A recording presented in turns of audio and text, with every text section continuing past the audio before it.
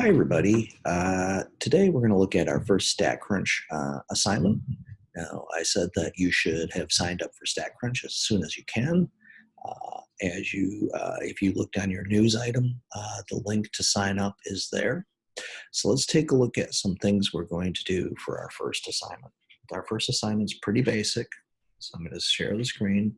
I put some data in to the StatCrunch list. Okay, I put it into variable one in this first column. And let me put in a couple more values. Whoops. So when I put values in, it's just like a spreadsheet. So I just type in and then press enter. If I make a mistake, oh, geez, I wanted that to be 177. I just go back up to the line, type enter.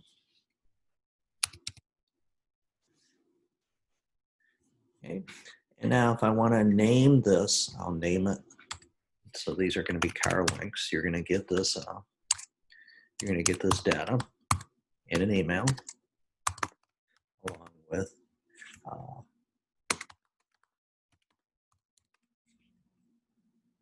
on your news item. Okay, so these are car lengths and inches. Okay, so now let's take a look at some things we can do. First, we're going to talk about building a table. We're going to talk about building a frequency table. So the way we do that, there are multiple ways we can do that. We can go to tables.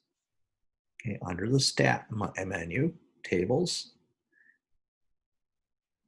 frequency, contingency, outcome. Later on, we're going to use a contingency table for chi-square analysis. But for now, let's go to frequency. Okay, we're going to select that particular column that we put the data in.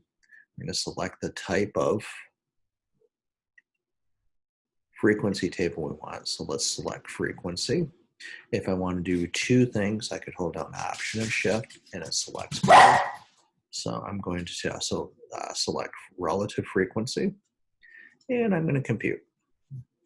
And it says, whoops, there are lots of unique numeric values, okay, that turn up. Okay, so basically it did bend it for us. This is called bending. It decided on the class width that it wanted. It used 10 because it's 160, 170, and so on. And when it says 70, it's 160 to 170. It's actually everything up to 170, and then 170 drops down here. And it shows the frequencies. Okay, so now for your assignment, what you would do is you would either copy and paste that or take a screenshot of that table and put it into a document. Okay, just paste it into a document. Okay, so let's look at some other things we can do here. So let's go to graphs and let's make a histogram. So we're going to make a histogram. We're going to select again the column the data is in. In this particular case, it's car length. Okay. We're going to choose what kind of a graph we want. We can have frequency, relative frequency, or density. We're going to choose frequency. And bins, again, bins are the class width that you want. Okay. So we're going to go 160, just like our frequency table did. We're going to choose a width of 10. And then it's going to give us, when we hit compute, the histogram. Okay. Now let's go back to options and let's go to edit. Let's suppose I want to put the mean and median into that histogram. So to do that, it actually draws the lines. So it says, so going back, it said the mean was in green, the median was in red. So we look at this. This is the median, this is the mean. It says the mean is about 189.96, so about 190 inches. And the median is about 193. Okay, so these are some things we can do. Okay, there's an applets menu. Applets menu allows us to do several things. Let's suppose we want to do histograms with sliders. Okay, so if I do histograms with sliders, okay, I select the column. It's going to be the column I'm using data in. And I'm going to compute.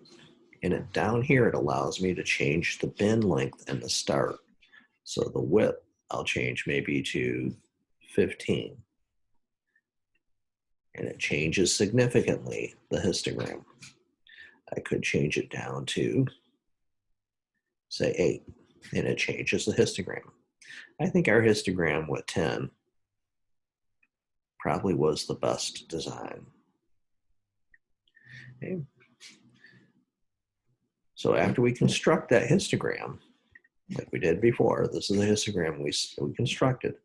Again, take a screenshot of it and either paste it or copy it and paste it to a document, the same document you did the table with. So what are the two things you're going to do? The two things you're going to do after you put the data in, okay, you're going to input data. You're going to name, let me get that out of there. You're going to name the column that you put the data in. In this case, it's car length. You're going to use the same data pretty much. Okay. Then you're going to go to Stat and Table, select Frequency, select the column the data is in, and Compute. And you're going to allow it to bin if it asks you to. And note you start at 160 and the bin width is 10. Now your data might be a little bit different. I just put some data in here. It's going to be close, but it might be just a tad different. You're going to take a screenshot of that and you're going to paste it. Then you're going to go to Graphs and you're going to select Histogram. You're going to select car lengths. You're going to bin starting at 160 and your bin is going to be 10, width 10. You're going to select the mean and median and compute. And just like before, you're going to take a screenshot of that and paste it. Okay. And what you're going to do is you're going to put this, you're going to upload this into assignments, and you're done with the first assignment. Now later on, we're going to do a lot of StatCrunch stuff. Okay. A lot of StatCrunch stuff is coming up, so make sure you start on this as soon as you can. In fact, next time we'll learn how to do hypothesis testing, and we'll look at the chi-square test. Take care.